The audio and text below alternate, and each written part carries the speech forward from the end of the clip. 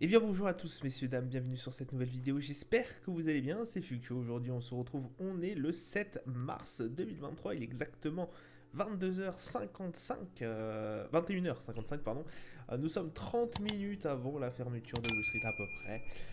Nous avons un CAC 40 qui clôture à 7339 points, moins 0,46% sur la journée. Un Eurostox à moins 0,74, un DAX moins 0,60, un FTSE moins 0,13, le Dow Jones à moins 1,48 pour l'instant, le Nasdaq moins 1,10, le Nikkei 225 à plus 0,25.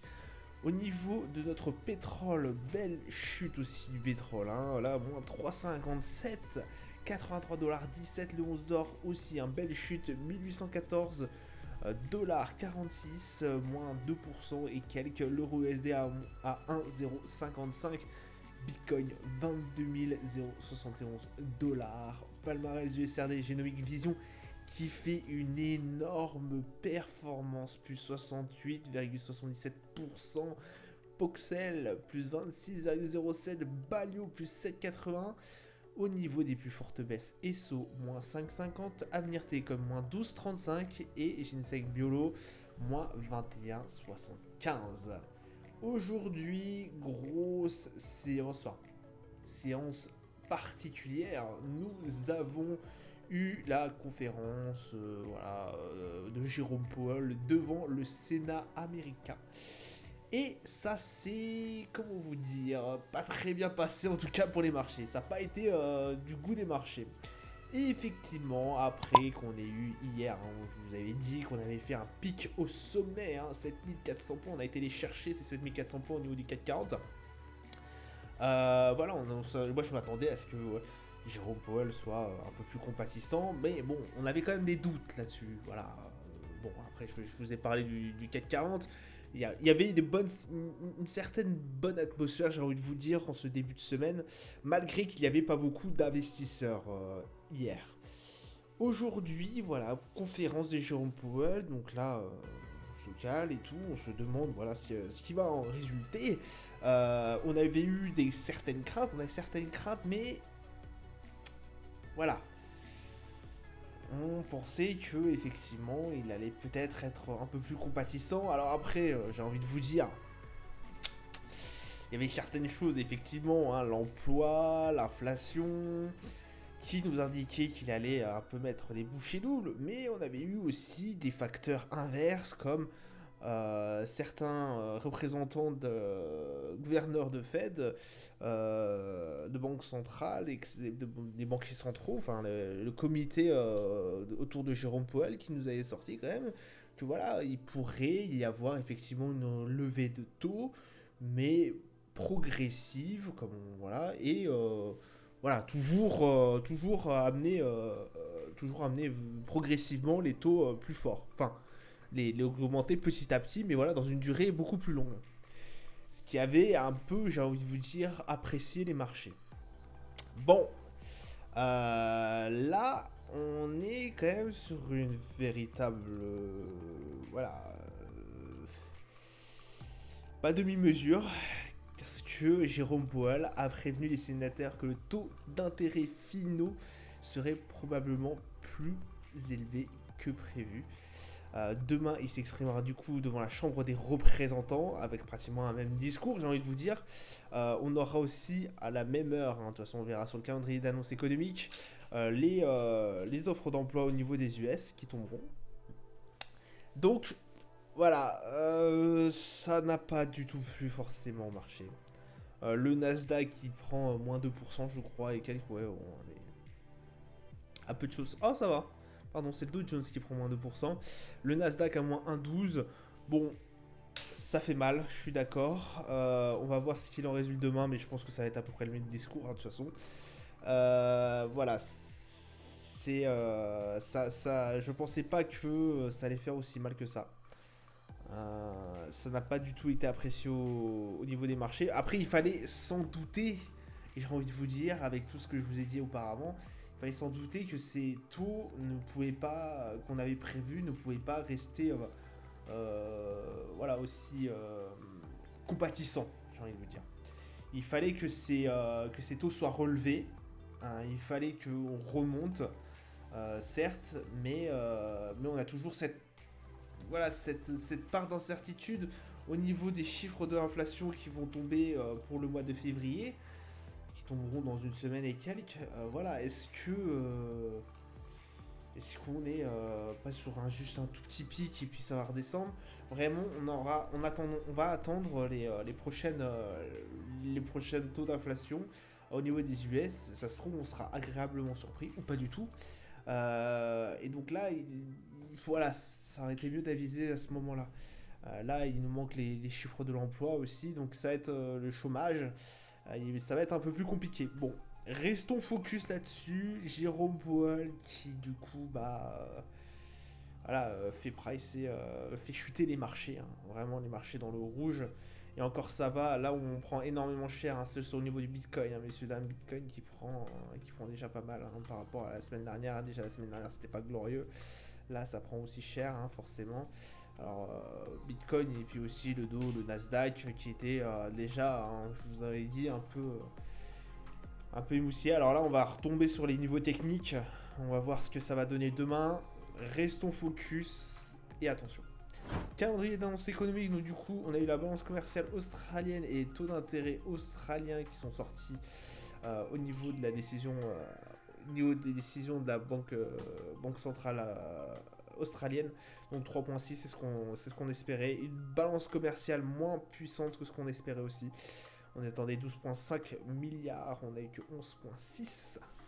Donc ça calme un peu. Par contre, au niveau de la Chine, bon, ça reste toujours même vachement mieux que ce qu'on espérait. Balance chinoise qui a vraiment eu. Alors la Chine en ce moment, elle se repropulse, mais d'une façon extraordinaire. On attendait 81,8 milliards, on a eu 116,88 milliards. Incroyable au niveau de la Chine, cette balance commerciale qui est complètement ahurissante. Rendez-vous compte, le consensus était complètement à côté. Donc incroyable voilà, cette propulsion de la Chine depuis sa reprise contre le Covid. On a eu le témoignage forcément du président de la Fed, Jérôme Powell.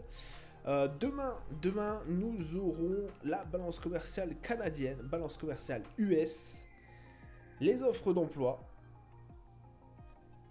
et le témoignage du président de la Fed. Là, ça sera devant la Chambre des députés.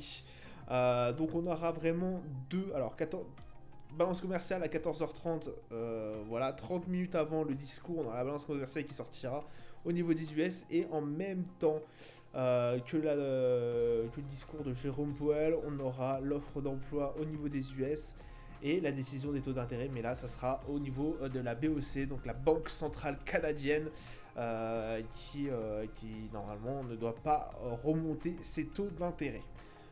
Et ce sera tout du coup pour cette journée de mercredi. Au niveau de nos chers marchés, donc on revient dessus. On avait fait une petite pointe à 7400 hier, je vous l'avais dit, au niveau du CAC 40.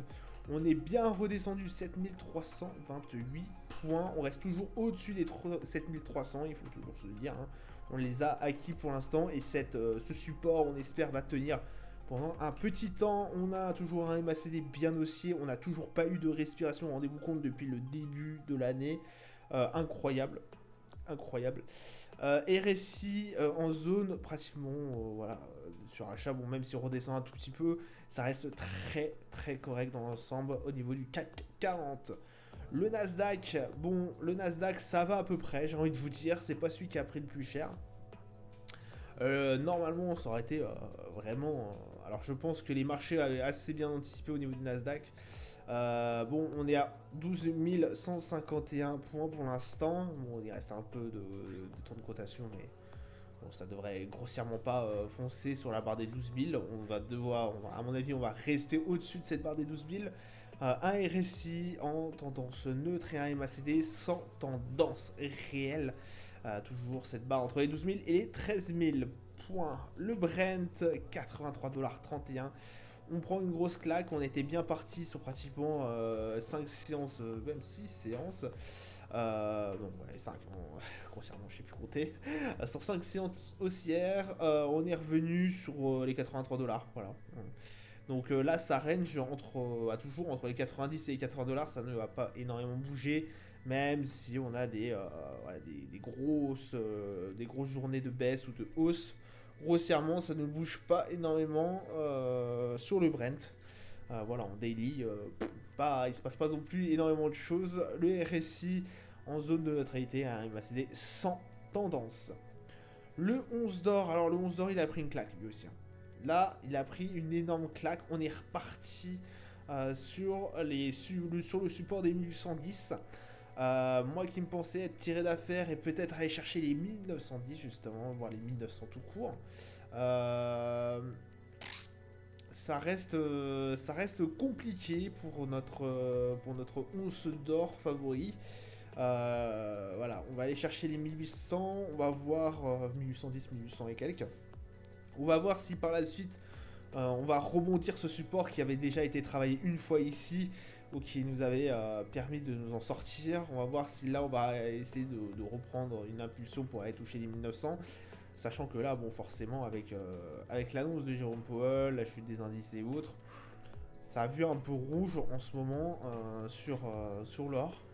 Donc voilà, rien d'autre chose à dire. On est toujours en tendance baissière au niveau du MACD, petite tendance haussière. Et on se rapproche forcément de la zone de survente. Donc attention au niveau du RSI. Le DAX du coup qui voilà, s'est tapé la résistance. On était sur la résistance des 15 600 points. On n'est pas arrivé à la casser. Alors, on est dessus. On s'est pris j'ai envie de vous dire une redescente. 15 531 points. RSI proche de la zone de surachat toujours même, mais le MACD toujours en tendance haussière, mais voilà, avec ce qu'il a été annoncé, attention, bon après on est toujours dans cette range des 15 600, entre les 15 600 et les 15 000 points.